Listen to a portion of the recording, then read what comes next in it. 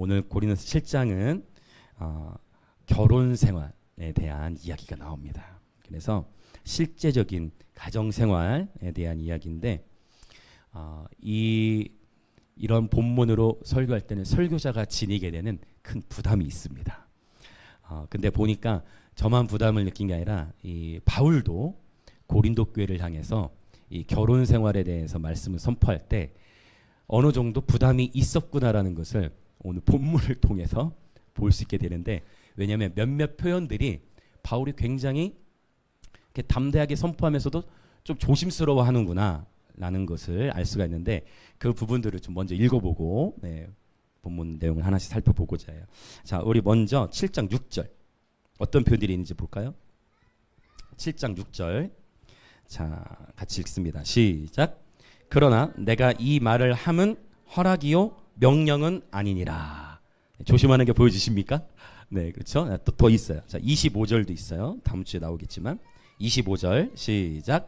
처녀에 대하여는 내가 주께 받은 계명이 없을 때 주의 자비하심을 받아서 충성스러운 자가 된 내가 의견을 말하노니. 그렇죠? 약간 조심스러운 게 보여지시죠? 의견을 말한다. 그리고 허락이요 명령은 아니다라는 표현. 그다음에 40절. 7장 마무리하는 7장 40절 시작. 그러나 내 뜻에는 그냥 지내는 것이 더욱 복이 있으리로다.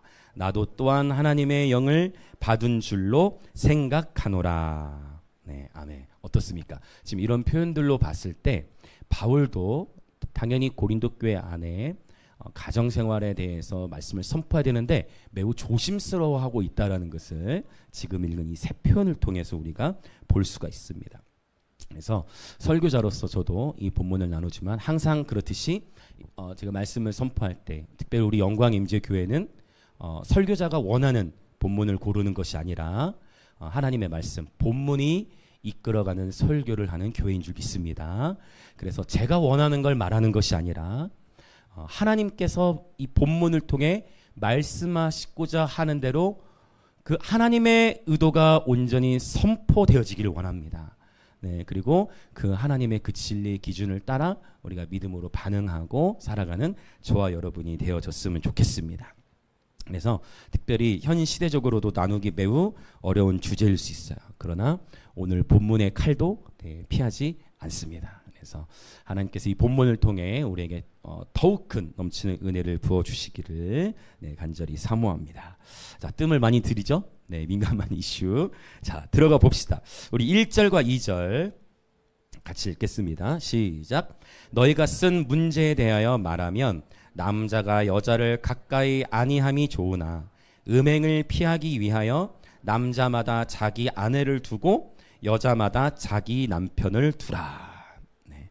그래서 지금 이 1절과 2절의 내용을 보자면 결혼의 이유를 아주 단순하게 바울이 표현하고 있는 것을 보게 됩니다. 그래서 남자마다 아내를 두고 또 여자마다 남편을 두라. 그런데 왜 결혼하라요? 단순하게 왜 결혼하라고 합니까? 네, 음행을 피하게. 약간 적나라한 이야기들이 나오죠. 지난주에도 이제 어떤 성에 대한, 몸과 성에 대한 얘기가 나왔고 아주 구체적인 이슈를 지금 바울을 통해 하나님이 다루게 하십니다. 음행을 피하기 위하여 결혼하라라고 아주 단순하게 말씀하고 있어요. 자, 3, 4절 나아가 봅시다. 3, 4절 시작. 남편은 그 아내에 대한 의무를 다하고 아내도 그 남편에게 그렇게 할지라. 아내는 자기 몸을 주장하지 못하고 오직 그 남편이 하며 남편도 그와 같이 자기 몸을 주장하지 못하고 오직 그 아내가 하나니. 자, 지금 여러분 우리가 이 문맥적으로 생각을 해보는 거예요. 3, 4절에서 말씀하고 있는 서로에 대해 의무를 다하라. 부부관계 안에서 서로에 대해서 의무를 다하라 라고 했을 때 한쪽에만 얘기하지 않고 양쪽에게 의무를 다하라 했어요. 자, 그러면 약간 이제 우리 다음 세대들에게는 뭐 성교육도 되어올 수도 있을 것 같아요. 자, 여기서 말하는 이 서로에게 의무를 다하라는 것은 어떤 것을 의미할까요? 네, 여기에서 말하고 있는 이 은혜를 오늘 크게 받은 것 같아. 오늘 우민이 하면 주일학교 때 은혜를 진짜 크게 받았어요, 여러분. 하민이가 앞자리에 앉아서 설교 듣고. 네. 우민이는 퀴즈를 단번에 맞추고 놀라운 역사들이 일어나고 있어요. 자, 여기서 서로에게 의무를 다하라는 것은요, 명확하게 부부관계를 의미합니다. 네, 그래서 지난주에 몸, 성적인 결합 기억하시죠? 둘이 합하여 한 몸을 이룬다 할 때 이 합하다라는 단어 기억하세요? 따바크. 어떤 의미가 있다 했죠? 둘이 한 몸을 때 접착제로 붙이다 라는 그러한 의미라고 말씀을 드렸는데, 여기서 서로에게 의무를 다하라는 표현은요, 명확하게 부부가 관계 맺는 것을 의미하고 있습니다. 그러면서 자, 이제 이 5절이 사실은 7장 전체에서 굉장히 중요한 부분이 될 수 있을 것 같아요. 자, 우리 7장 이제 5절 같이 읽겠습니다. 시작. 서로 분방하지 말라. 다만 기도할 틈을 얻기 위하여 합의상 얼마 동안은 하되 다시 합하라. 이는 너희가 절제 못함으로 말미암아 사탄이 너희를 시험하지 못하게 하려 함이라. 자, 지금 부부 관계 안에서의 실제적인 지침을 얘기할 때 분방하지 말라는 건 어떤 의미입니까, 여러분? 분방하지 말라. 방을 어떻게 하라는 거예요? 같이 쓰라는 거죠. 나눠서 자지 말고 같이 자라라는 그런 의미가 되겠어요. 근데 바울은 이 분방하지 말라라는 이 지침과 함께 사실 영적 전쟁에 대한 이야기를 하고 있는 거예요. 왜냐하면 분방하지 말라 했어요. 물론 기도할 틈을 얻기 위해서 합의상 얼마 동안은 서로 떨어져 지낼 수 있지만, 그러나 그렇게 됐을 때 누가 우리를 시험한다 했어요? 사탄이. 이건 굉장한 표현이에요. 그냥 어둠의 영이 시험한다라고 표현하지 않고, 어둠의 영의 세계 안에도 계급이 있죠. 어둠의 영들 이제 쪼무레기들이 있고, 거기에 정사와 권세형들이 있고 계급들이 있는데, 사탄은 그 어둠의 영들의 최고 권세자잖아요. 루시퍼. 근데 바로 그 사탄이 너희를 시험할 수 있다. 여기서 말하는 이 시험은, 페이라조라는 단어는 명확하게 성경에서 이게 어떤 의미냐면 유혹의 의미예요. 그래서 우리가 신앙생활을 할 때 야고보서에는 조금 헷갈리는 표현이 있어요. 왜냐하면 너희가 시험에 들지 않게 기도하라는 표현도 있는데, 근데 또 하나님은 아무도 시험하지 않으신다. 그런데 또 성경의 다른 본문에 보면 창세기 22장 같은 거, 하나님께서 아브라함을 시험하사. 이게 도대체 무슨 시험인가? 이게 다르다는 거예요. 그러니까 여기 똑같은 시험이라는 단어지만 하나님이 하시는 시험은 유혹이 아니고, 하나님이 하시는 시험을 우리는 뭐라고 하냐면 테스트라고 합니다. 테스트. 하나님은 저와 여러분에게 유업을 주시기 위하여, 또는 믿음의 증가, 또는 부르심의 자리에 서기 위하여 우리를 훈련시키시죠. 그럴 때마다 어떤 단계적으로 또는 계절마다 하나님께서 저와 여러분을 저와 여러분의 믿음을 테스트하시죠. 그러니까 아브라함은 굉장한 테스트를 받은 거죠. 그렇죠? 네. 독자 이삭. 그 하나님이 주신 약속의 자녀인데 그 독자 이삭을 바치도록 하나님 말씀하시고, 하나님이 주셨는데 다시 하나님이 바치라고 말씀을 주셨을 때 아브라함은 그 테스트를 통과하죠. 하나님 말씀하시기를, 아브라함아, 네가 이제야 나를 경외하는 줄을 내가 알겠다라고 말씀하신 바로 그 장면들을 우리는 기억하게 됩니다. 하나님은 우리를 유혹하는 분이 아니라 테스트하시는 분이고, 오늘 이 본문에 쓰인 사탄이 너희를 시험한다 할 때 이 시험은 페이라조라는 단어는 템테이션이에요. 그래서 유혹하다라는 유혹이라는 단어와 연결되어져요. 사실 이제 가정에 대한 이야기지만 오늘날에 우리가 뉴스들을 통해서도 많이 보도되는 것 중에 하나가 목회자의 성적인 타락에 대한 이슈 같아요. 목회자들 영역만이 아니라 제가 어제 보게 된 신천지 관련 영상이 여러분 보신 분들 계신지 모르겠어요. JMS처럼 신천지의 이만희도 그동안 수많은 최소 10명 이상의 여인들과 부적절한 관계 가진 것이 이제 어제 딱 드러나 버렸어요. 사진들이 이제 막 공개되고. 그래서 왜 항상 이단들 또는 타락할 때, 이단에서든 아니면 목회자가 타락하든 항상 사탄이 어느 영역으로 넘어뜨린다고요? 이 바로 먼저 가정을 깨트리고 그 다음에 음행의 부분으로, 성적인 부분으로 무너뜨리게 한다라는 거예요. 특별히 성적인 부분 안에서 우리는 깨어 있어야 하고, 목회자의 가정이 특히 건강해야 되겠죠. 네, 그렇죠. 건강해야 되겠죠. 다행히, 그리고 다행이라고 하면 좀 그런가? 저의 가정은 건강한 가정입니다. 네. 여러분께서 섬기시는 교회 담임 목회자의 가정이 건강한 거 괜찮으시죠? 감사하시죠? 네. 그래서 괜찮다는 표현도 좀 그런데 이게 여러분 지금 시대는 민감한 시대에 여러분 목회자들 사이에서도 관계가 좋지 않은 가정이 여러분 정말 많습니다. 여러분 생각보다 많습니다.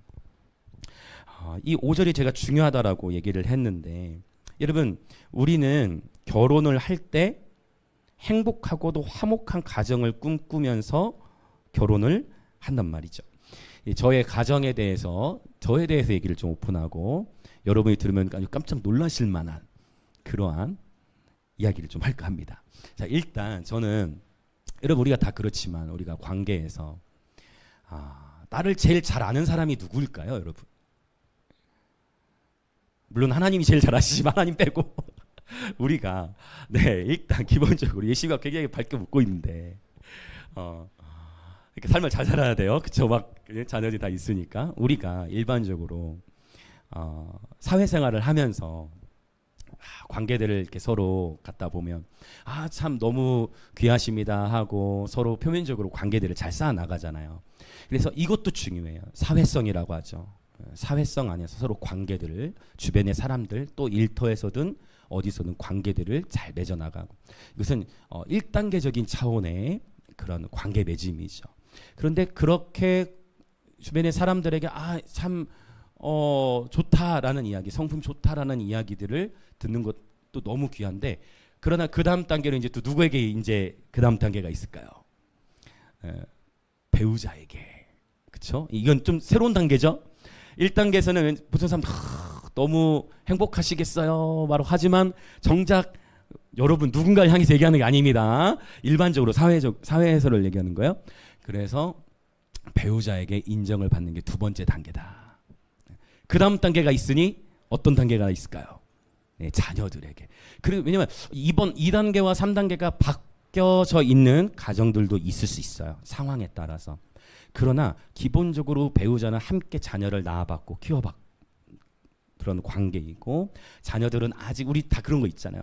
우리가 아이를 낳아봐야 부모의 마음을 더 깊이 해야 되듯이 2단계가 배우자가 서로를 잘 알게 되고 그 다음에 3단계로 자녀들이 되겠습니다. 약간 굉장히 숙연해지는 그런 분위기 속에 지금 있네요.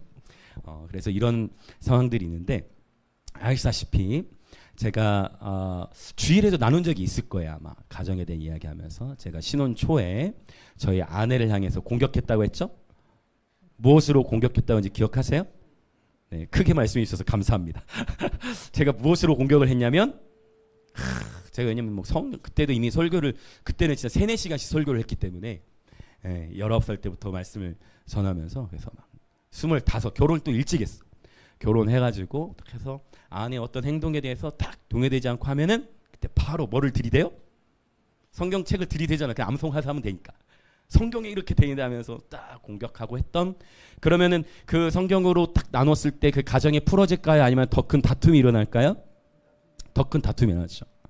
그 아내 입장에서는 아내 입장에서는 막 성경으로 막 하니까 막 마음도 제가 못 헤아려주고 더 속상하고 제 입장에서는 어떤 마음을 느낄까요? 제가 처음부터 미안한 마음을 느낄까요? 아니겠죠. 그랬으면 처음부터 성숙한 거죠. 미안한 마음부터 느끼는 게 아니라 저는 어떤 생각에 빠질까요? 성경이 이렇게 돼 있는데 막 이런 식으로 가게 되는. 그러니까 마음은 더 풀어지지 않고 하는 그런 여정 속에서 하나님은 누구를 먼저 깨트리셨다? 아내도 아내대로 다루셔 봤겠지만 하나님은 저를 책망하시더라. 나 자신에게. 그래서 항상 십자가의 영역은 상대방에 대한 것이 아니라 누구에 대한 것이다? 나 자신에 대한 것이다. 그래서 제가 또 하나님은 같은 방법으로 좀 이렇게 해주셨어요. 제가 성경으로 공격하니까 하나님께서도 말씀의 칼로 저를 훅 아무 말도 못하게 하나님 앞에 아무 말도 못하게 에베소서 5장에 있는 말씀을 딱 주시더니 남편들아 너희 아내 사랑하기를 그리스도께서 하신과 같이 사랑하라. 그리스도께서 우리를 어떻게 사랑하셨죠? 죽음과 같이. 이거구나.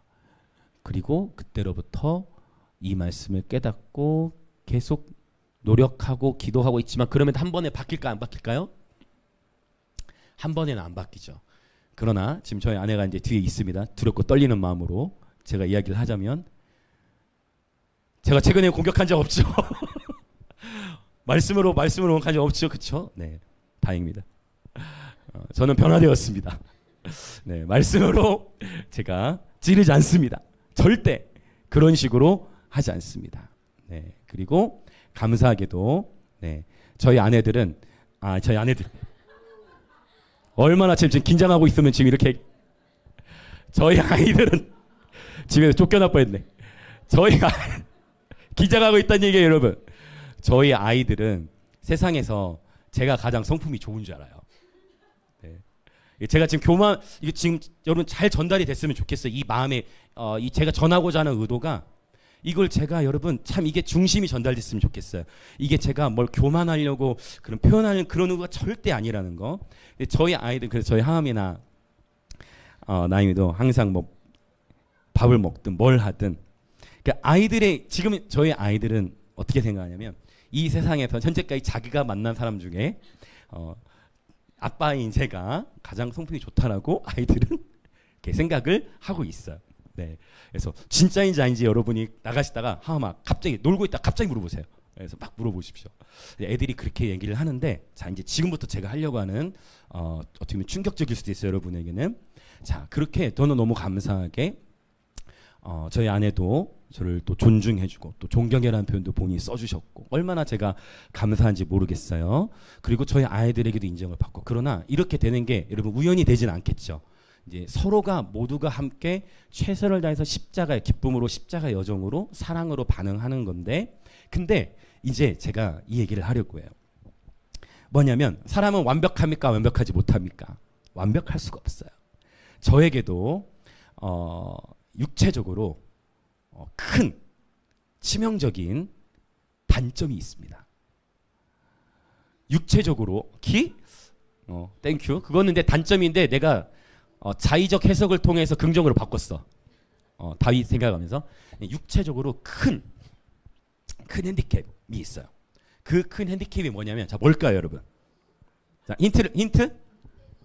대두? 뭐 그것도 나는 극복했어. 그거예요. 자, 주부디가 정확하게 얘기했는데 자, 여러분 근데 코 고는 사람이 자기 자신은 얼마나 코를 고는지 알까를 모를까요? 혹시 같은 네. 코 고는 사람은 내가 얼마나 크게 고는지를 몰라요. 근데 이제 나중에 언제 좀 감을 잡냐면 내 코 고는 소리에 내가 낄 때가 있어요. 그러니까 그러니까 깊이 잠들기 전에 고개를 끄덕끄덕 하는 분들은 지금 같은 입장. 근데 제가 지금 뭘 얘기하려고 하냐면 주은이 아주 기쁘게 들어줘서 고마워. 앞으로 대책을 세워야 될 수도 있으니까 어떻게 될지. 근데 지금 제가 뭐 얘기하려고 하냐면 제가 진짜 그렇게 얼마나 크게 굴지를 모르잖아요. 아무리 그래도. 그래서 녹음을 했어요. 녹음을. 제 아내가 녹음을 해가지고 들려줬는데 제가 충격을 받았어요. 무슨 짐승 소리 같아. 여러분 상상을 초월하는 소리가 들리는 거예요. 저는 전혀 몰랐죠. 저는 그냥 누우면 그냥 자요. 그냥 누우면 그냥 잠들거든요, 거의. 그래서 저희 이제 어떻게 하냐면 먼저 잠든 다음에 들어갑니다. 주로 먼저 다 잠들면 그 다음에 이제 어차피 이제 늦게까지 뭐 연구하고 이렇게 하니까. 그런데 그래도 너무 크잖아요. 그런데 저는 저희 아내에게 그래서 감사해요. 저를 쫓아내지 않았어요. 저를 쫓아내주지 않았습니다. 저희 아내가 어떻게 했냐면 어떻게 했을까요, 여러분? 네, 누가 말씀해 주신 것 같아.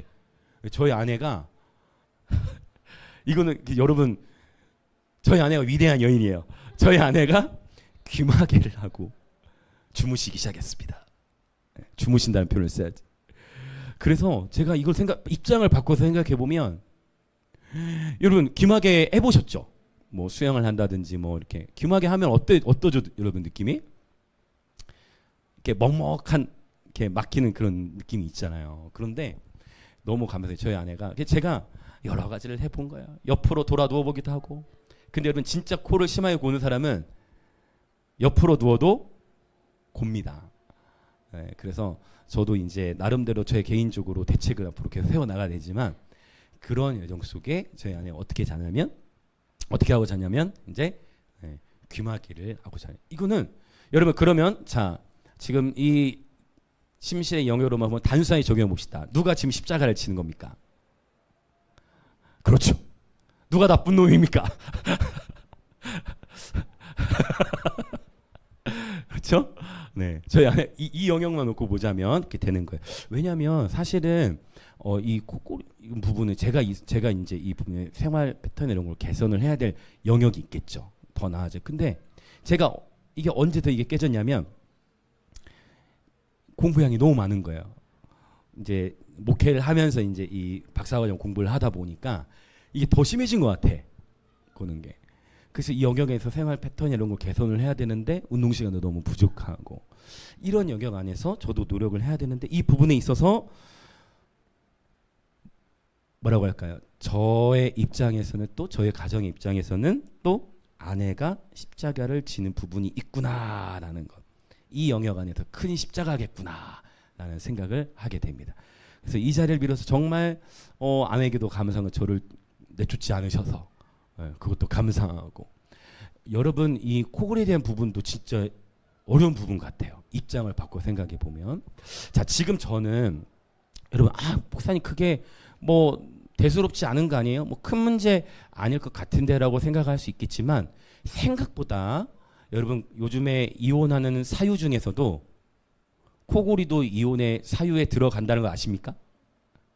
네, 코골이도 이혼의 사유로 들어가요. 요즘 자 2019년 정도에는 대한민국의 이혼율이 60%를 넘었었거든요. 그런데 2024년이 되어졌는데 이 코로나를 통과하면서 그래도 이혼율 퍼센테이지는 우리나라가 작년에 아마 19만 쌍이 결혼을 했는데 이혼은 9만 건이었어요. 그러니까 이혼 퍼센테이지 자체는 한 50% 정도로 내려온 거예요. 근데 그럼에도 불구하고 이 50%의 이혼율은 OECD 가입한 국가 중 1위입니다. 우리나라가 제일 이혼율이 높아요. 근데 이걸 사실 통계를 약간만 더 주의 있게 살펴보면 이혼율이 그래도 떨어졌으니까 희망적이구나라고 생각할 수도 있겠지만 사실은 그렇게 해서 희망적이기보다는 결혼하는 인구 자체가 또 많이 줄고 있어요. 그래서 아예 요즘에는 어떤 생활이 많습니까? 독신에 대한 그런 독신으로 살아가고자 하는 그러한 이슈들이 많은데 감사하게도 저희 교회 우리 청년들은 모두가 현재까지는 결혼에 대한 마음을 품고 있는 것 같아요. 그래서 아이를 4명 낳겠다는 아이도 있었고 그다음에 주은이 성민이가 뭐라고 하냐면 스타렉스 타고 가면서 얘기했습니다. 저에게 제가 있어서 든든하답니다. 네, 앞으로 자기들이 아이를 낳으면 저희 교회에서 같이 말씀 암송 시켜가면서 예배 훈련시킬 거기 때문에 든든하다는 표현을 하더라고요. 그러니까 건강한 가정의 모델을 계속 볼수록 자녀들도 그러니까 세상의 문화 속에서는 돈 벌기 힘들고 어렵기 때문에 결혼을 안 하려고 기피하는 경향이 있어요. 그러나 건강한 가정을 자꾸 보여주고 노출되어질수록 우리 자녀들도 어떤 꿈을 꾸게 될까요? 네, 자녀를 더 결혼해서 행복한 가정을 이루고자 하는 소망을 꾸게 되는 것입니다. 그래서 중요한 것은 저와 여러분이 우리가 먼저 우리 자녀 세대들에게 우리 교회 공동체 모든 자녀 세대들에게 건강한 그런 모델링을 계속 풀어주는 것이 너무 중요한 것 같아요. 네. 그래서 여러분 정말 지금 이 시대 가운데 가정을 지키는 것이 참으로 쉽지 않은 그러한 시대 가운데 있습니다.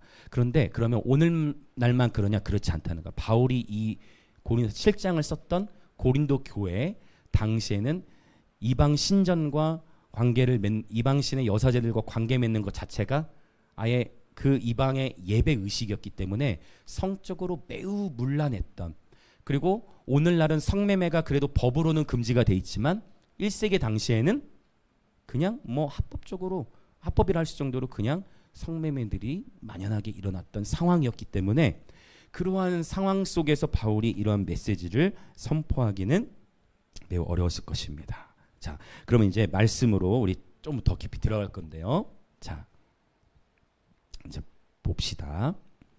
자, 우리가 6절까지를 봤어요. 자, 7절, 8절, 9절까지 같이 한번 보겠습니다. 시작. 나는 모든 사람이 나와 같기를 원하노라. 그러나 각각 하나님께 받은 자기의 은사가 있으니 이 사람은 이러하고 저 사람은 저러하니라. 내가 결혼하지 아니한 자들과 과부들에게 이르노니 나와 같이 그냥 지내는 것이 좋으니라. 만일 절제할 수 없거든 결혼하라. 정욕이 불같이 타는 것보다 결혼하는 것이 나으니라. 사실은 1절 2절과 같은 뉘앙스의 이야기죠. 그래, 혼자 지내는 것도 괜찮을 수 있어요, 여러분. 그러나 정욕이 불타오를 바에는 결혼하는 것이 낫습니다 라고 얘기하면서 한 가지를 더 추가했어요. 그것은 뭐냐면 각각 하나님께 받은 뭐가 있대요? 자기의 은사가 있다라고 표현하고 있어요. 하나님께 받은 자기의 은사. 그래서 여기서 나온 유명한 표현이 있으니 어떤 표현이냐면 그렇죠, 바로 그거예요. 어떤 은사? 독신의 은사라. 독신의 은사. 실제로 제가 50대인 어느 한 선교사님 여성, 그분은 솔로이신데 그분에게 이제 한번 교제하다가 물어봤어요. 혹시 어떤 그 결혼에 대해서 이렇게 감동이 없으신 거냐고. 그러니까 뭐 어떤 상황이시니 물어봤는데 본인은 결혼하고 싶은 뭐 마음도 전혀 없고 뭐 그렇다고 외롭지도 않고 자기는 지금 너무 좋다. 그냥 자기는 하나님이 이렇게 삶을 세워 가시는 것 같다라고 얘기하시는 그런 분을 봤어요. 그럼 이제 바울이 지금 언급하는 것처럼 진짜 독신의 은사를 받은 사람이 있을 수 있다.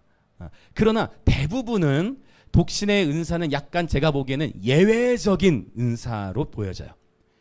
예외적인. 서로 그러면 안 돼. 두 사람은 절대 결혼해야 돼요. 독신의 은사는 예외적인 상황으로 보는 것이 더 맞는 것 같아요.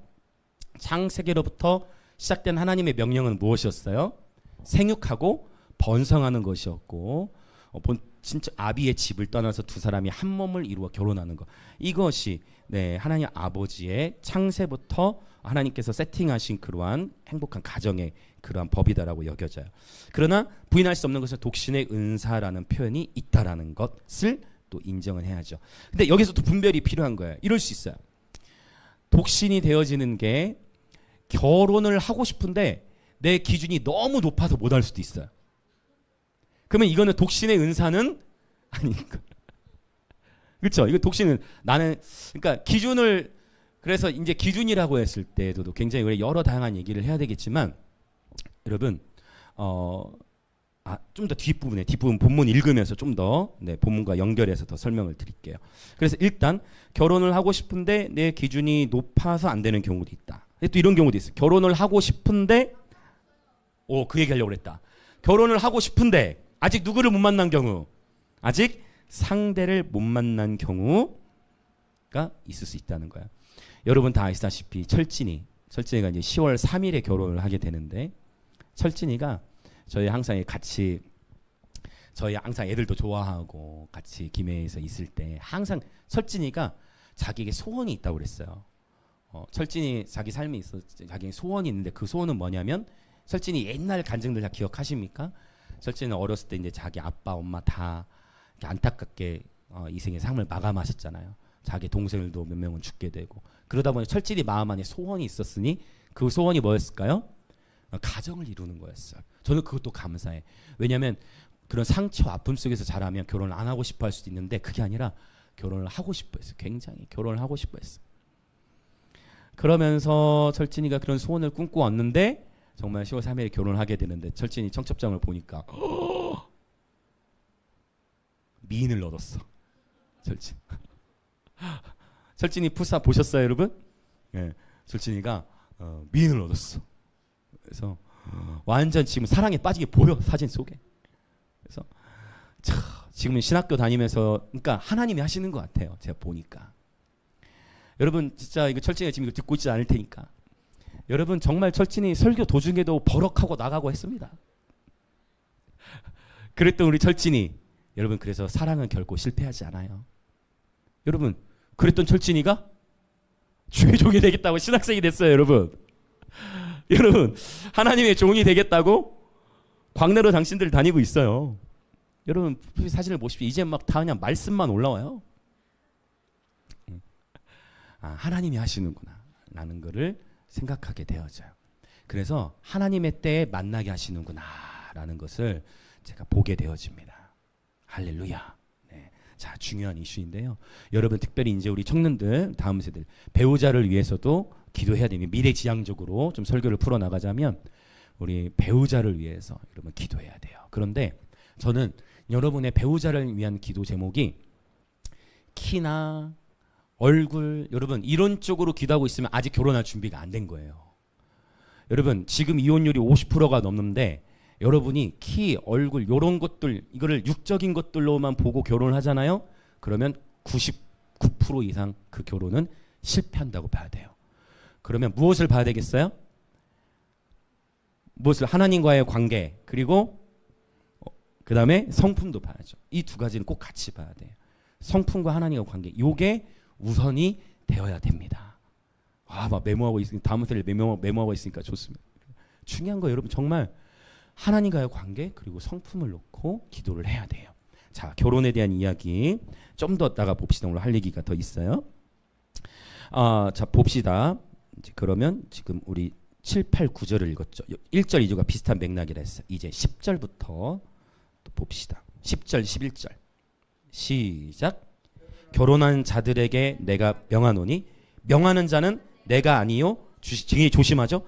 여자는 남편에게서 갈라서지 말고 만일 갈라섰으면 그대로 지내든지 다시 그 남편과 화합하든지 하라. 남편도 아내를 버리지 말라. 자, 일단 여러분 성경 속에서 괄호가 있는 부분은요. 어떤 사본에는 있는데 어떤 사본에는 없는 거예요.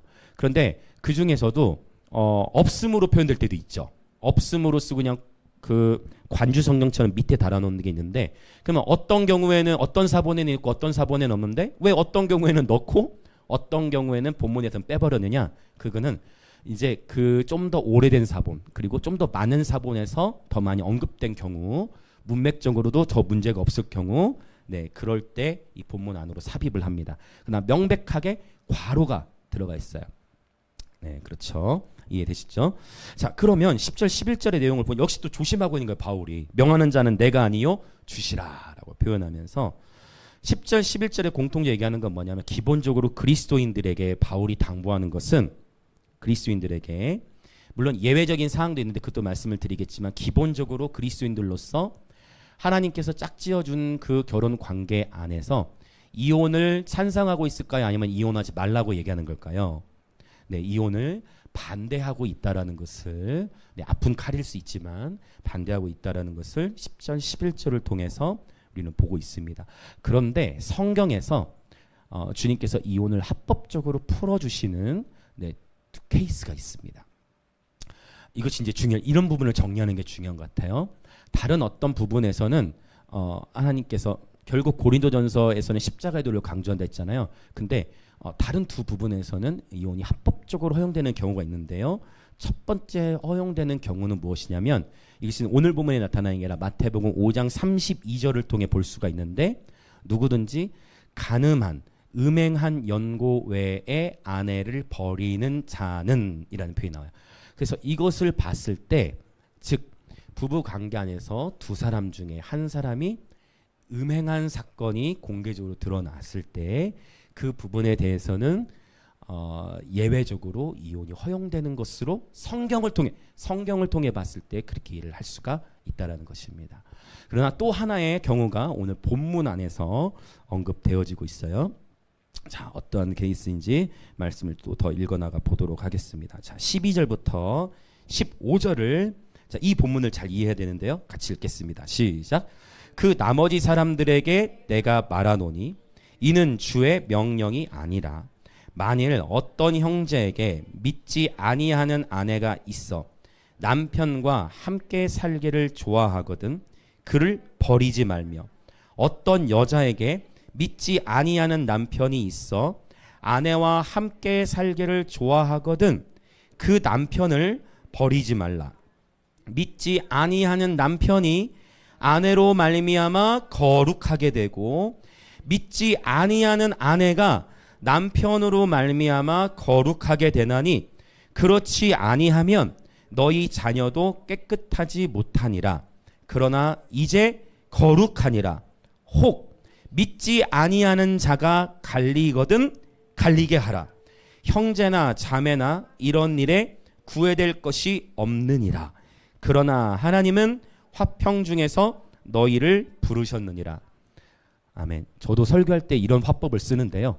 조심스러운 본문은 약간 헷갈리게. 그러니까 하십시오. 그러나 이런 경우도 있습니다. 그러나 이런 경우는 역접으로 자꾸 돌리는 거예요. 지금 바울이 그렇게 얘기를 하고 있는데 기본적으로 그리스도인으로 부름받은 우리는 가정을 지키고 화평케 하는 부르심을 받았어요. 그러나 아까 말씀드렸던 음행에 대한 이슈가 터졌을 때에는 이혼의 사유가 될 수 있다. 마태복음 5장 32절 예수님이 하신 말씀에 의해서. 그 다음에 또 하나의 사례가 나왔는데 그게 바로 15절에 있는 내용이에요. 그것은 뭐냐면, 자, 부부가 있는데 두 사람 다 신앙생활을 하지 않았어. 그런데 살아가다가 누군가에게 전도를 받아가지고 부부 중에 한 사람이 전도함을 받고 예수님을 믿기 시작했네. 그러면 자, 주로 이제 아내분들이 먼저 예수님 영접하는 경우가 더 많으니까, 자, 남편과 아내가 서로 분명히 사랑하는 사이였어. 예수님 알기 전에. 그런데 어라? 남편 입장에서 이제 아내를 뺏긴 것 같아. 무슨 말 이해되세요? 남편 입장에서 아내를 뺏긴 것 같은 거야. 왜? 자꾸만 아내가 어딜 가. 뭐 자꾸 어디 가. 왜 자꾸 뭐 헌금도 막 하는 것 같아. 믿지 않는 배우자 입장에 생각해 보는 거야. 그러더니 자꾸 누군가한테 막 묻는 것 같아. 그러니까 주님께. 그러더니 자꾸 뭐 이상한 소리 하는 것 같아. 방언. 믿지 않는 남편 입장에 봤을 때는 이게 이상할 수 있잖아요. 이상하다. 우리 아내가 이상하다. 이상하다. 같이 이상한 말을 한다. 그럴 수 있잖아요. 그러한 상황들이 지속되면서 남편 입장에서, 그러니까 믿지 않는 사람의 입장에서 이게 너무 이상한 거야. 그러면서 15절의 내용이 그거예요. 이게 성경이 말하는 거예요. 만약 그러한 케이스 가운데에 믿지 아니하는 자가 갈라지기를 원한다면 형제나 자매나 이런 일에 구애될 것이 없느니라라고 얘기하고 있어요. 물론 가장 이상적인 케이스는 뭐냐면 믿지 아니하는 배우자가 있죠. 그러면 그 배우자를 위해서 어떻게 하는 거예요? 우리가 끝까지 기도하는 거예요. 끝까지 기도해서 그러다 보면 어떤 일이 일어날 수 있다? 그 믿는 한 사람으로 말미암아, 그쵸? 남편 아내 두 가지 케이스를 다 얘기하죠. 배우자가 거룩하게 될 수 있고, 배우자만이 아니라 누구도 거룩하게 될 수 있다. 자녀도 거룩하게 될 수 있다. 단, 잘 정리하셔야 돼요. 믿지 않는 배우자와 믿는 배우자가 있을 때 믿는 배우자가 믿지 아니하는 배우자에게 이혼하자고 하면 안 돼요. 이게 반전이죠. 이게 지금 오늘 본문 얘기하는 거예요. 이해되십니까? 자, 그래서 저도 오늘 뜸을 들였던 이유가 이 아픈 부분이에요. 자, 다시 그냥 분명히 성경이 얘기하는 거예요. 그게 지금 12절부터 15절 다시. 그래서 믿지 아니하는 자의 입장에서 믿는 자를 향해 핍박하고 온 가운데에, 그런데도 믿지 아니하는 자가 이혼하기를 원치 아니할 때에는 믿는 자의 입장에서는 먼저 이혼을 청하는 것이 안 된다. 근데 반대로 누가 하는 경우에는 구애받지 말라고 했냐면 믿지 아니하는 배우자의 입장에서 나는 당신을 빼앗긴 것 같으니까 안 되겠다 하는 경우에만 그때는 구애받지 않을 수 있다라고 지금 고린도서는 얘기하고 있는, 이런 소리 아마 처음 들어보셨을 건데요. 여러분 오늘 이 본문을 여러분이 한번 직접 묵상해 보십시오. 네, 예배 마친 이후에도. 그러나 저는 이 본문 오늘 저와 여러분을 그리스도 안에서 자유케 하실 줄 믿습니다. 진리를 알지니 이 진리가 저와 여러분을 자유케 하는 줄 믿습니다. 여러분 가장 바울이 추구하는 이상적인 모습은 뭐냐면 바로 14절에 나타나는 그런 부분 같아요. 14절의 내용을 그래서 15절에 좀 민감한 사안을 얘기한 이후에 16절에 가서 또 이런 얘기를 합니다. 16절 선포합시다. 시작. 아내된 자여, 네가 남편을 구원할는지 어찌 알 수 있으며, 남편된 자여, 네가 내 아내를 구원할는지 어찌 알 수 있으리요. 자, 이 본문을 특히 또 더 잘 이해해야 될 건 뭐냐면 이런 경우가 있을 수 있어요. 특별히 우리 다음 세대를 축복해요. 이런 마음을 가질 수 있어. 아, 목사님, 제가 신앙 위에 굳게 설 테니까 좀 아직 신앙이 없어. 아직 교회 안 다니는데 사람이 괜찮은 것 같으니 결혼해서 제가 이 배우자 신앙생활 잘 하도록 하겠습니다. 라는 것은 위험해요. 지금 이 본문이 얘기하는 것은 결혼했을 당시에 배우자가 서로 신앙이 없는 경우에를 의미하는 거지, 내가 이 말씀을 잘못 해석할 수 있기 때문에 이걸 지금 부연 설명하는 거예요. 이해되시죠? 우리 다음 세대 우리 청년들 이해 잘 되어지길 축복해요. 예. 그러니까 나는 신앙이 있어. 근데 내가 좋아하는 그 애가 있는데 그 애가 아직 하나님을, 예수님을 믿진 않아. 근데 그런 상황 속에서 덜컥 결혼을 해버리면 안 된다. 그러면 가정이 더 신앙 안에 하나, 왜냐면 같은 예수님을 같이 믿어도 신앙 색깔이 다 달라서 힘들 수가 있기 때문에 아예 영적인 영역 안에, 즉 신앙생활에 없는 지체와는 결혼을 하게 되면 그 순간 더 힘들다. 지금 이 본문이 얘기하는 거는 나도 믿기 전, 배우자도 믿기 전의 단계이지, 절대 믿지 않는 그런 좋은 사람이 있다 할지라도 절대 결혼을 쉽게 선택하면 안 된다라고 아주 제가 보수적으로, 그러나 여러분을 정말 사랑하는 마음 안에서 네, 얘기를 나눕니다. 네, 정말 이 부분이 중요한 것 같아요. 그래서 자, 다 정리됐죠? 우리 다 이해됐죠? 우리 청년분들도 다 이해됐죠? 자, 그래서 이 중요한 이슈가 있는데, 여러분 사실 이제 그 저희 사실 어머니께서도 이제 지금 예배 함께하고 계실 건데, 제가 이제 어머니께 양해를 구하고 또 나누게 되지만, 저희 어머니가 바로 이 14절, 16절의 케이스예요. 그러니까 저희 어머니도 예수님 어렸을 때 믿지 않았죠. 결혼을 일찍 하셨어요. 저희 아버지 어머니도 결혼을 일찍 하셨어요. 그때는 집도 되게 잘 살으셨어. 저는 그 혜택을 많이 못 누렸지만 되게 아주 어렸을 때였기 때문에. 근데 제가 나중에 듣기로는 두 분이 결혼을 하셨고 둘 다 신앙이 전혀 없으셨는데 저희 집에 한 3-4집 정도가 새들어 살던, 네, 굉장히 했겠죠. 저희 집에. 그래서 새들어 살던 분들이 계셨는데 그 중에 새들어 살던 한 분이 지금도 이름이 제가 기억나요. 최윤순 집사님이라고. 그분이 저희 어머니를 전도하신 거예요. 그러니까 이제 근데 구역예배라는 거 아시죠? 교회를 저희 어머니 먼저 나오신 게 아니야. 구역예배를 드리는데 그 구역예배 어머니가 예배 드리러 갔다가 세상에 그 구역예배를 드리는데, 처음 예배를 드리는데 방언이 터져버렸어.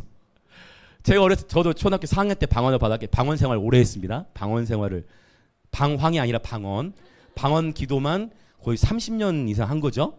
네, 나이에 비해 오래 했죠. 그런데 방언 기도 너무 유익하죠. 저희 어머니도 순복음 교단이었는데 구역예배에서 교회가 굉장히 뜨거웠거든요. 막 치유도 나타나고요. 그리고 막 구역예배 그냥 갔다가 거기서 초대교회 역사처럼 방언이 열리고 막 회개가 터져. 그러니까 어머니는 방언이 뭔지도 모르고 받아버린 거야. 그러면서 저희 어머니가 신앙이 이제 어떻게 될까요? 깊어지겠죠. 그런데 저희 어머니의 신앙이 깊어질수록 저희 집안의 재정 상황은 이제 거꾸로 갑니다. 그래서 하필 그 타이밍에 이제 우리 아버지께서 여러 다양한 이제 가드도 하시고 여러 다양한 것들 하면서 모든 집안의 재정들을 쑥 떨어지기 시작하면서 어느 날 갑자기 이제 어려운 단칸방까지 가고 집에 화장실 없어서 공용 화장실 쓰고 막 이렇게 살아가는 그런 데까지도 가고 했는데 어느 날 저희 아버지가 또 집을 나가셨어. 아버지가 집을 나가셔가지고 집을 나가시니까 한참 지났죠. 집을 나가신 지 한참 지났고 15년이라는 시간 동안을 제가 아버지 부재 속에서 자랐어요. 그렇게 아빠가 집을 나가신 상황. 물론 그 전에 막 여러 죄송합니다. 어머니 폭력도 있고 여러 다양한 것들 저도 보고 자라고 너무 힘들죠. 그런 상황에서 저는 아빠를 향해서 분노하고 이를 갈고 자랐죠. 내가 힘이 세지기만을 기다리고 그랬던 저희의 가정인데 저희 어머니가 늘 항상 일 마치고 나면은 미싱 재봉사 일을 하시는데 그걸로 저를 키우셨는데 항상 교회로 철회하러 가. 어차피 집에 아빠도 안 계시니까. 그러면 철회하러 가면 누굴 데려갈까요? 어리니까 저를 데려가면 그때 당시에 우리 어렸을 때부터 신앙생활 하신 분들 어른들은 아실 거예요.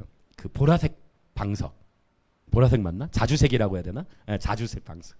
그 방석 딱 깔고 그때부터 철야 딱 들어요. 그러면 저는 엄마 이제 무릎에 베어놓고 엄마는 막 눈물로 기도하면 그 눈물이 제 얼굴에 뚝뚝 떨어져.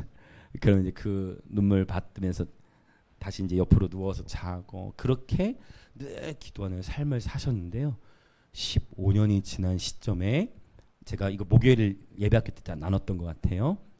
기적적으로 저희 정말 단 한 번의 예배 시간을 통해 저희 아버지가 하나님의 임재를 경험하고 그로부터 3개월 있다가 집으로 돌아오시게 돼요. 놀라운 기적의 역사를 하나님 일으키셨죠. 그렇게 해서 저희 아버지가 집으로 돌아오시게 되고 지금도 저희 아버지는 여전히 저희 아버지 안에도 여전히 술을 못 끊으셨습니다. 괜찮습니다. 저희 아버지 아직 못 끊으셨습니다. 괜찮습니다. 그러나 저희 아버지가 주일 성수를 그렇게 잘하세요. 주일만 되면 항상 교회로 자동으로 딱 가서 예배 드리시고 그렇게 하시는 모습을 보게 되어집니다. 그래서 제가 마침 오늘 본문이 나와서 저희 아버지 어머니 얘기를 했는데요. 이 14절과 16절을 저희 가정이 체험을 한 거죠. 저는 우리 영광의 임재교회 담임 목사로서 무익한 종이지만 하나님이 세우신 담임 목사로서 이 시간 우리 영광의 임재교회 모든 지체를 향해 선포하고 오늘 이 시간만 아니라 저는 여러분들 위해 평생에 기도하겠지만 여러분 축복합니다. 하나님께서 저희 가정에 부어주신 가정의 회복의 기름 부음이 우리 영광의 임재교회 안에 정렬된 여러분 모든 가정 가운데 흘러 넘칠 것을 예수의 이름으로 선포합니다. 믿음으로 취하십시오. 여러분 우리 특별히 다음 세를 축복합니다. 여러분은 화목한 가정을 이루게 될 것입니다. 그리스도 안에서 아름다운 가정을 꿈꾸십시오. 그리고 회복이 필요한 우리 아버지 어머니들 축복합니다. 여러분 포기하지 마십시오. 포기하지 마십시오. 하나님께서 그분의 때에 거두게 하실 줄 믿습니다.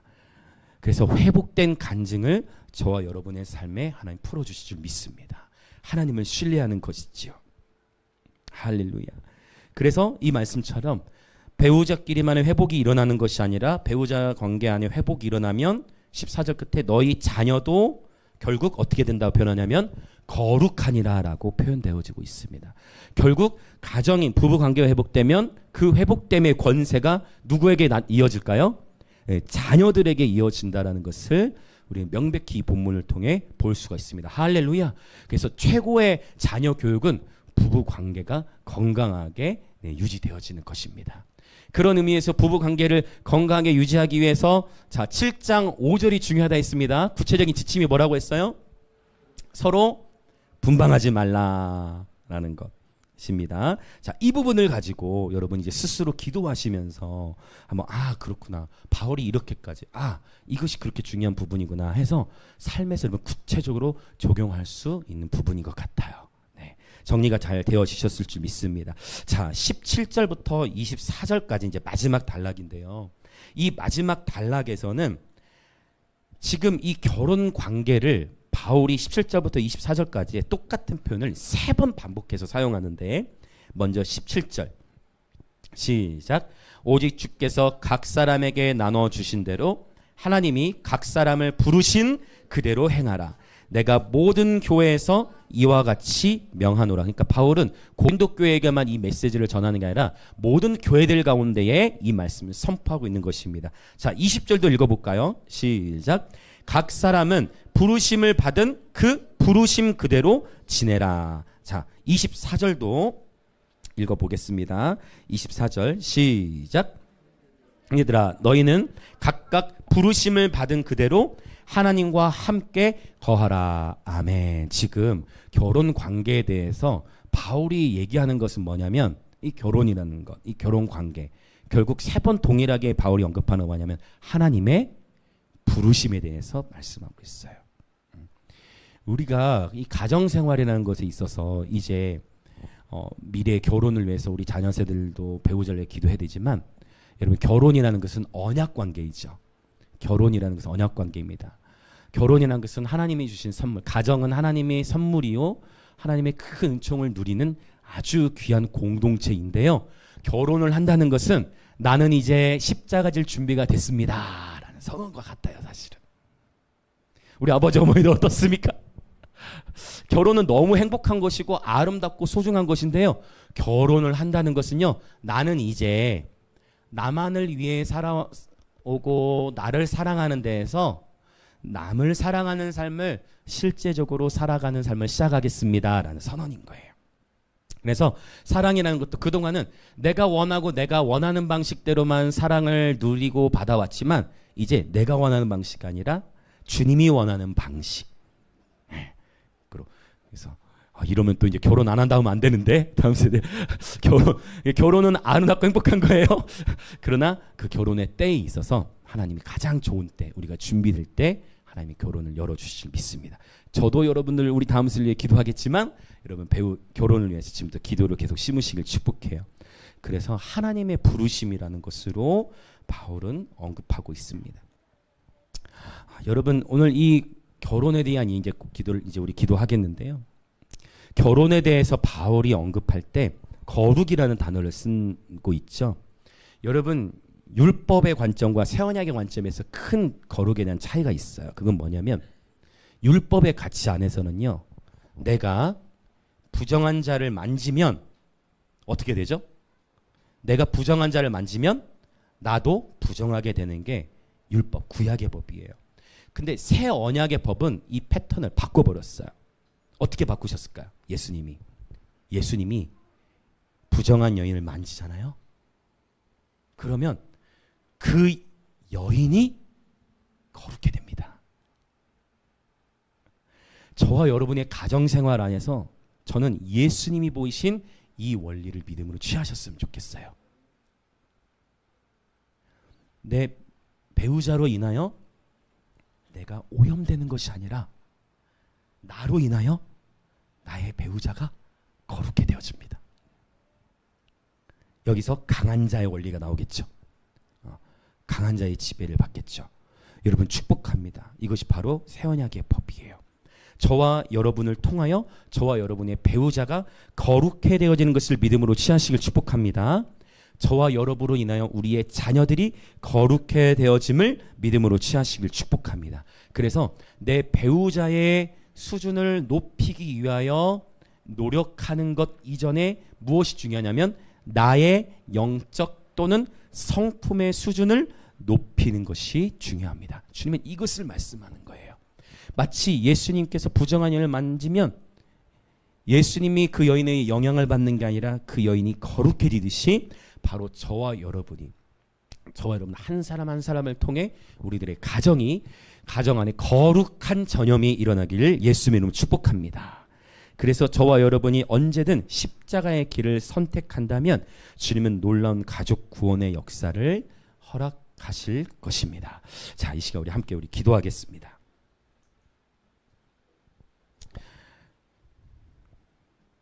오늘 하나님의 말씀의 본문이 가정생활에 대한 이야기를 했고 어쩌면 처음 들으신 이야기일 수도 있겠지만 예외적인 두 조항을 말씀드렸어요. 그러나 그 예외적인 두 조항의 외에는 우리가 그리스도인으로서 하나님께서 어쩌면 바로 나를 통하여 내 배우자를 구원하시고자 하는 그러한 복음의 신비를 우리 가정 가문 가운데 풀어주기 원하실 수 있어요. 그리고 특별히 어머니들도 축복하는 것은 물론 아버지들 마찬가지고요.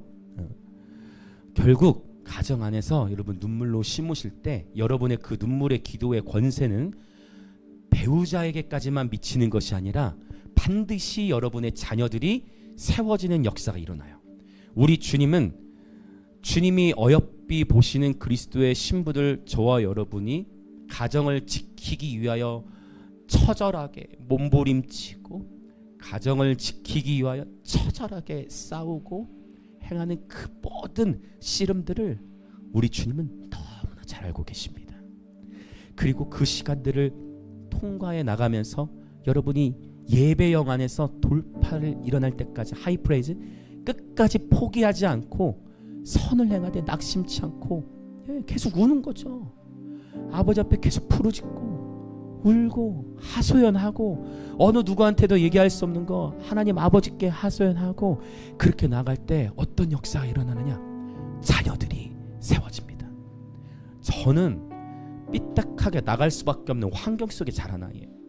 제 안에 있는 이 분노를 감당하지 못해서 여러분 저는 초등학교 1학년 2학년 때부터 싸우고 다니고요. 여러분 왜 내가 본 게 그거니까, 내가 보고 자란 게 폭력이니까, 내가 보고 자란 게 그런 모습이니까 이 분노와 혈기를 감당하지 못해서 유리를 깨고 다니고요. 내 안에 있는 화를 감당하는 문짝을 부수고요. 피나가지고 병원 가서 꼬매고. 여러분 혈기와 분노로 가득 찼던 저를 바꿔주신 것은 하나님의 전적인 은혜이지만 저는 명백하게 고백해요. 저희 어머니의 기도가 있었기 때문에 제가 이 자리에 있어요. 저희 어머니의 기도가 있었기 때문에 여러분 그 분노 많던 한 아이가, 그 혈기 많던 한 아이가 주의 종이 될 줄 누가 알았겠어요. 그리고 전혀 회복될 것 같지 않았던 이 가정을 우리 주님은 15년이라는 시간을 통과하면서 회복시켜 주셨습니다. 저희 어머니는 저의 믿음의 히어로예요. 저의 믿음의 영웅입니다. 여러분 기억하십시오.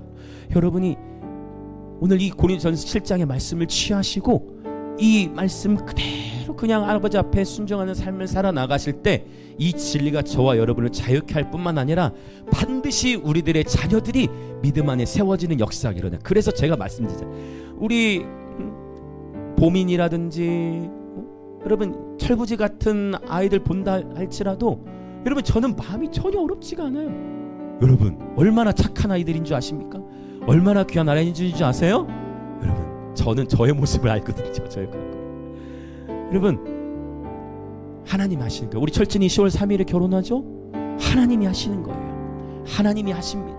하나님이 하십니다.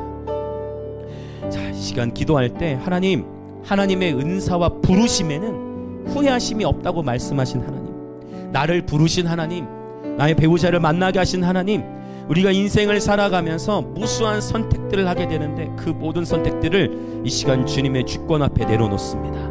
오직 하나님의 부르심을 따라 하나님께서 원하시는 대로 살아가게 하여 주옵소서. 주변 환경과 세상의 풍조는 여러분 끊임없이 갈라서게 하죠. 뭐하러 그렇게 해? 뭐하러 그렇게 힘들게 살아라고 얘기하죠. 그러나 여러분 하나님과 함께 결정하시고 하나님께 여쭈며 결정하는 저 여러분 되기를 원하고, 이 시간 기도할 때 주님 결혼 생활에 지혜를 주옵소서. 그리고 주님 기도합니다. 예수님께서는 누구를 만지면 그 사람에게 영향을 받는 게 아니라 예수님이 만진 사람이 거룩해 되어졌던 것처럼 하나님 나로 인하여 나의 배우자가 거룩해 되어지는 역사를 상상하며 이 시간 기도합니다. 오 예수님, 믿지 아니하는 배우자나 자녀로 인하여 내가 오염되는 것이 아니라 우리로 인하여 믿지 아니하는 배우자와 자녀들이 거룩해 되어지는 역사를 미리 내다 보게 하여 주옵소서. 성령이여 우리에게 믿음을 더하여 주시옵소서. 결혼생활에 지혜를 주시고 우리들의 가정을 주님 받아 주시옵소서. 그렇게 주여 한번 외치며 같이 기도합시다. 주여. 끝날 때까지 끝난 것이 아닙니다. 여러분 오늘 이 말씀을 우리 함께 믿음으로 취하여 하나님 앞에 담대히 기도하며 나아갑시다. 오 예수님, 오 예수님, 나의 힘으로 되지 않기에, 나의 의로 되지 않기에 이 시간 철저히 우리가 의지할 수 있는 것은 예수 그리스도의 십자가이며 오직 주님을 바라보는 것입니다. 오 하나님, 하나님의 부르심에는 후회하심이 없다라고 말씀하셨습니다.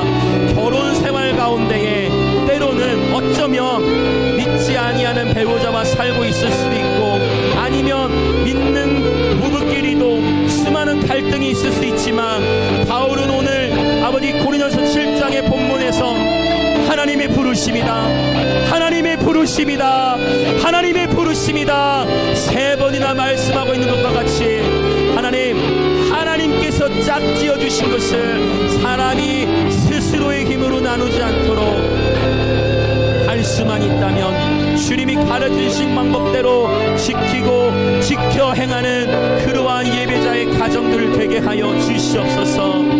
오 하나님 아버지, 주님의 자비와 긍휼하심 앞에 호소합니다. 우리는 다 연약하고, 우리는 다 실수투성이고, 우리는 다 부족하고, 우리는 다 어리석고, 우리는 다 그릇 행합니다. 그러하기에 오늘도 철저하게 우리 주님만을 의지합니다.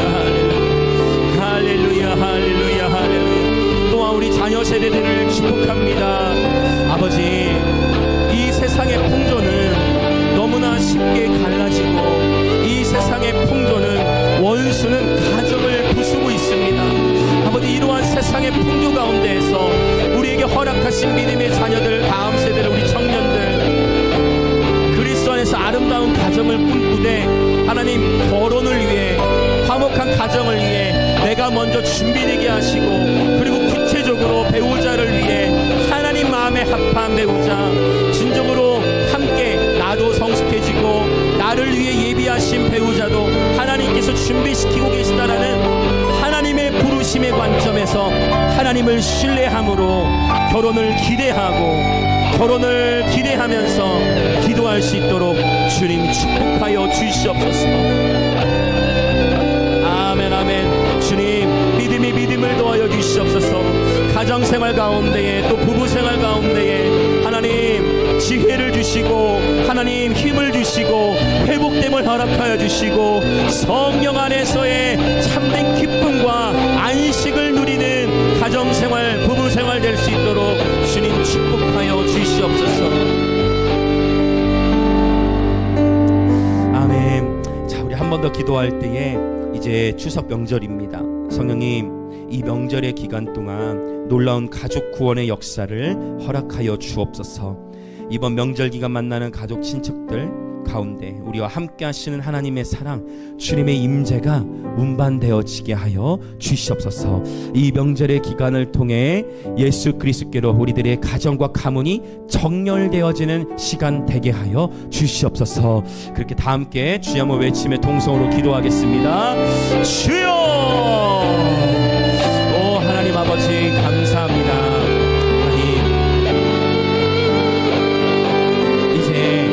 마침 명절의 기간에 맞게 주님은 결혼 생활에 대한 본문으로 우리를 인도하셨습니다. 아버지, 이번 명절의 기간 동안 아버지 특별히 우리 믿는 자들의 가족들 뿐만 아니라 특별히 홀로 신앙생활하는 분들도 있을 것이고, 또 배우자가 믿음 안에 들어오지 못한 경우도 있을 것이고, 또 우리 가족은 다 신앙생활하지만 가족 친척들까지는 복음이 들어가지 않은 가정들도 있을 것인데, 그 모든 가정 가문들 위에 우리 예수 그리스도의 피를 뿌립니다. 주님의 보혈의 그 공로를 의지하여 기도합니다. 출애굽 당시에 주님께서 그 문 임방과 좌우 설주에 어린 양의 피를 바른 집은 가족 단위의 구원을 주님께서 열어주셨듯, 오 주님, 이번 명절 기간 우리 예수 그리스도의 보혈로 말미암은 구원의 역사를 허락하여 주시옵소서. 성령이여 그렇게 축복하여 주시옵소서. 놀라운 구원의 역사를 허락하여 주시옵소서. 아멘, 아멘, 아멘, 아멘, 아멘. 사랑의 주 하나님 아버지 감사합니다. 어쩌면 신앙생활을 하면서 우리가 추상적으로 믿음생활 잘해야 한다, 말씀 봐야 한다, 기도해야 한다, 이러한 메시지들을 많이 듣고 살아왔지만, 하나님 당신의 말씀의 본문이 친히 우리의 인생을 이끌어 가시고 당신의 말씀 앞에 우리의 삶을 마주시켰을 때에 우리가 구체적으로 순종하고 하나님 말씀 앞에 정렬되어야 할 영역들을 하나씩 하나씩 보여주시니 감사합니다. 아버지, 당신의 말씀의 그 지혜의 부요함을 따라 하나님의 이 말씀은 살아있고 운동력이 있어 좌우의 날선 어떤 검보다도 예리하여 우리의 영과 혼과 관절과 골수를 찔러 쪼개시니, 어찌 보면 오늘의 이 본문도 아픈 칼일 수 있지만 그러나 우리를 살리는 칼임을 고백합니다. 우리를 그리스도 안에서 새롭게 하시는 칼임을 고백합니다. 아버지, 오늘 이 결혼 생활의 지침을 바울이 고린도 교회를 향해 조심스럽지만 담대하게 선포한 것과 같이 우리 영광임재의 모든 가정 가운데에 하나님, 특별히 이 종에게도 허락하셨던 그 가정의 화목함과 이미 허락하신 가정의 돌파된 기름 부음이 우리 영광임재교회 모든 가족들 가운데 흘러 넘치게 하여 주옵소서. 가정의 기름 부음이 넘쳐 흐르게 하여 주옵소서. 아버지, 오늘의 본문 말씀을 우리 모든 지체들이 믿음으로 취하게 하여 주시고, 십자가는 언제나 승리하며 예수님처럼 바로 우리로 인하여 믿지 아니하는 지체가 거룩해 되어지고 더 나아가 우리의 자녀들까지 거룩히 되어지는 이 놀라운 가정 회복의 신비를 주님 날마다 누리며 살아가게 하여 주옵소서. 아버지, 주 앞에 정성껏 예물을 드립니다. 이 예물을 드린 모든 지체들 위에는 하늘의 신령한 복과 땅의 기름진 복으로 축복하여 주시고, 주의 몸된 교회는 아버지 대한민국과 또 감비아 또 인도 또 북한을 넘어 열방을 더욱 넘치도록 섬길 수 있도록 재정의 기름을 부어 주옵소서. 지금은 우리 주 예수 그리스도의 은혜와 하나님 아버지의 놀라우신 사랑과 성령 하나님의 감화 감동 교통하심이 오늘 결혼 생활의 지침을 믿음으로 취하여 하나님께서 우리에게 주신 말씀들에 구체적으로 한 가지 한 가지씩 순종하기로 결단하며, 하나님, 과거의 이 선택은 우리가 돌이킬 수 없지만 지금 이후에 우리의 모든 선택들을 하나님 말씀 앞에서 결단하고 순종하며 살아가기로 결단하는, 그리하여 가정의 놀라운 돌파를 보기로 결단하는 우리 영광임재교회 모든 성도들과 오늘 이 예배에 참여하는 그리스도의 몸의 모든 지체들 가운데에 지금으로부터 영원토록 함께 있을 지어다.